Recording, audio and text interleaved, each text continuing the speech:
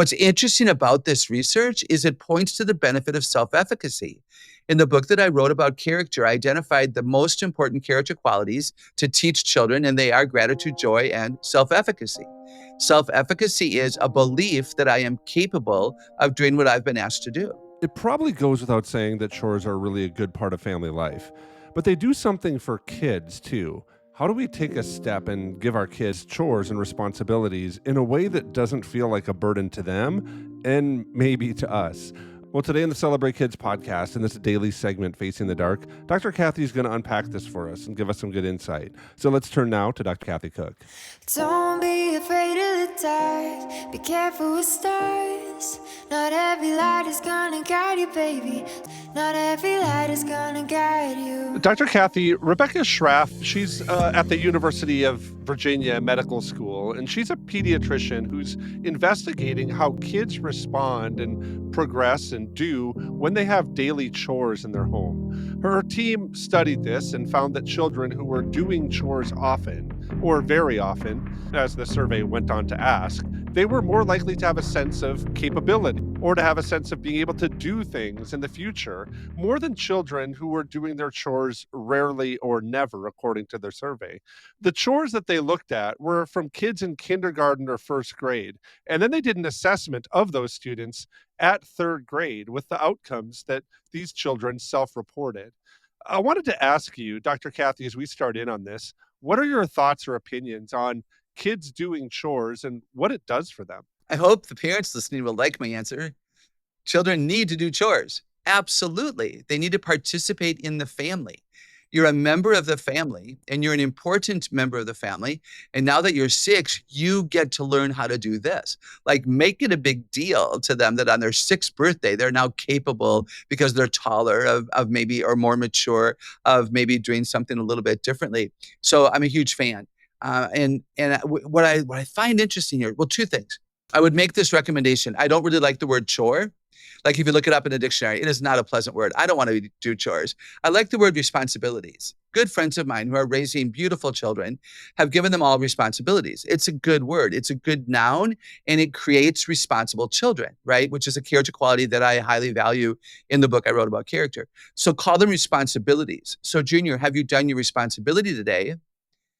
Katie, have you fulfilled your responsibility today? Betsy, do I need to remind you of your responsibility? Sounds very different, in my opinion, from the word chore. So I would like us to use the word responsibility. What's interesting about this research is it points to the benefit of self-efficacy.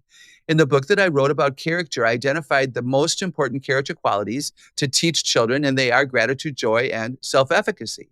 Self-efficacy is a belief that I am capable of doing what I've been asked to do. And it leads to first-time obedience.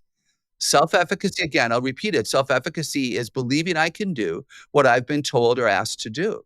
And it leads to first-time obedience. So if you've been told to empty the trash, that is your responsibility, and you've been taught how to do it, how to lift the one wastebasket with 2 hands and pour it into the one that's bigger, whatever. Like, I have a family where the 5-year-old boy on the basement level of the home empties all of the wastebaskets, the small wastebaskets in the children's bedrooms, into the biggest wastebasket on that floor. And then an older child lifts that up. Dr. Kathy, we often don't really have our kids do chores sometimes because they don't do them right. And I don't know if this is true for other parents, but there's some things in our house that we just we just need to have done efficiently and correctly, right? Like, sometimes kids don't load the dishwasher correctly, or sometimes I'm always wearing pink undershirts instead of white ones because they decided that they should do the laundry and we're trying to help them get it. But sometimes those risk factors end up just not really adding up for us. And so it's easier to not have our kindergartners do chores. What do you think chores should look like for kids, especially kids that are in this study, kids that are kindergarten, first grade, which I think might be actually a really great time to start building those muscles for doing chores, or maybe, like you say, have responsibilities? What should those look like for kids as they're stepping into that age where they're able to do more? Yeah, I do agree that you can start when they're young. If you don't start when they're young, they're going to resent it more when you add it to them.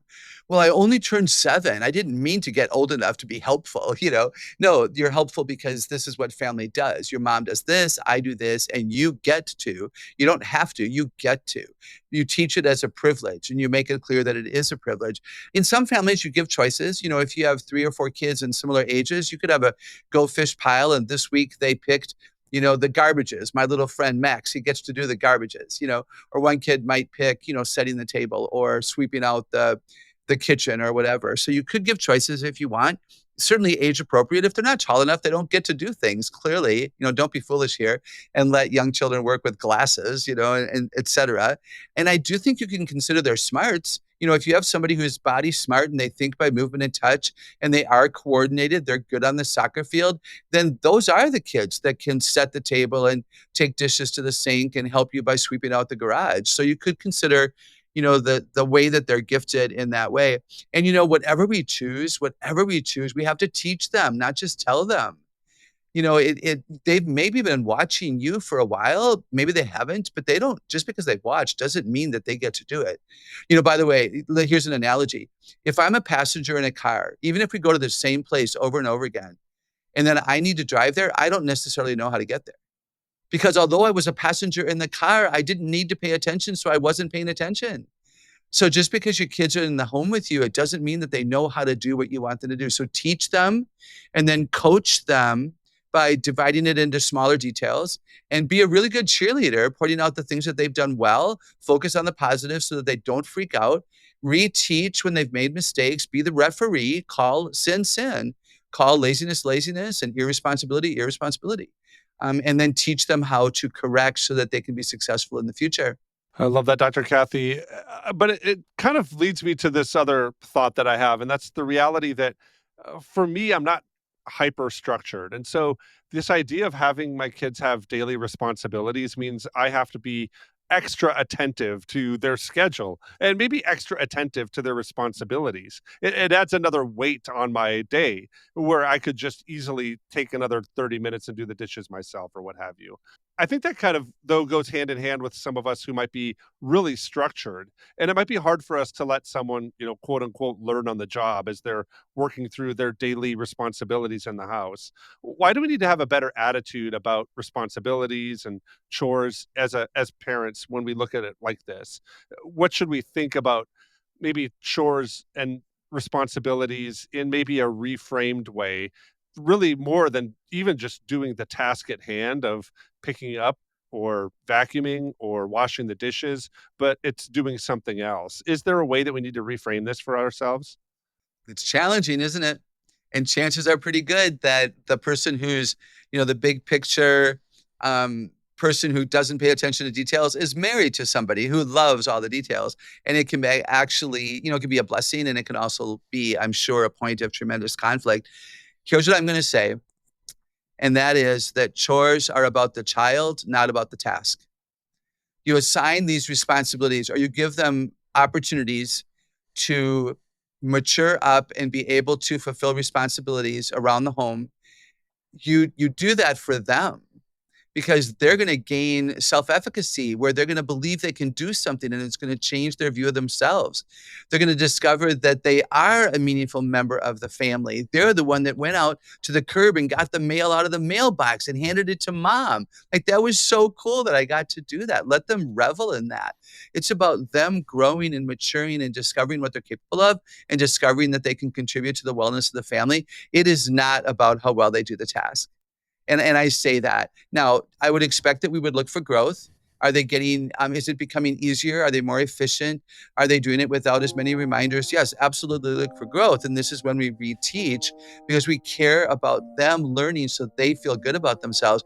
And ultimately, the month or two when they're learning something new, yes, it's going to take more effort on the parent's part. The goal is that ultimately you don't have to think about it. Because when I get home from school, this is the first thing I do. And they do it because it becomes a part of their routine. And now you actually have more free time. That's the dream, right? I love what Dr. Kathy and I had a chance to talk about today. It reminded me of a passage that comes out of Nehemiah chapter 3, and I'll begin reading at verse 1. Eliashib, the high priest, and his fellow priests went to work and rebuilt the sheep gate. They dedicated it and set its doors in its place, building as far as the Tower of Hundred, which they dedicated, and as far as the Tower of Hanel. The men of Jericho built the adjoining section, and Zachar, son of Imri, built next to them. The fish gate was rebuilt by the sons of Hanassah. They laid its beams and put its doors and bolts in place. Miramoth, son of Hariah, the son of Hakaz, repaired the next section. These stories come as Nehemiah was rebuilding the broken wall of Jerusalem. Rather than taking on the task alone, he organized families and individuals to repair specific sections of the wall. As we read, different men took on different sections with their families, showing that everyone from priests to goldsmiths to actually daughters had a part in building the wall. Nehemiah didn't say, "I'll do it all by myself." Instead, he invited others to work with him, assigning responsibility and affirming their part in something bigger than themselves. And they were building protection and identity for their city. I think that assigning chores isn't just about getting things done. It's actually about forming an identity and belonging for kids. Kids need to know that their work matters. Just like families helped rebuild the wall together with Nehemiah, families today can rebuild peace and order, not just in their homes, but also in their community, by working side by side. When kids do chores, they're not just helping, they're shaping the kind of family that they belong to. And I think giving them that identity and that sense of belonging can be a bright light that shines and cuts through some of the darkness and uncertainty that they're going to face in the world today. I want to thank you for listening to the Celebrate Kids podcast, this daily segment Facing the Dark. On behalf of Dr. Kathy Cook, my name is Wayne Stender. We're so glad you're listening with us this week, and we're looking forward to seeing you here again tomorrow.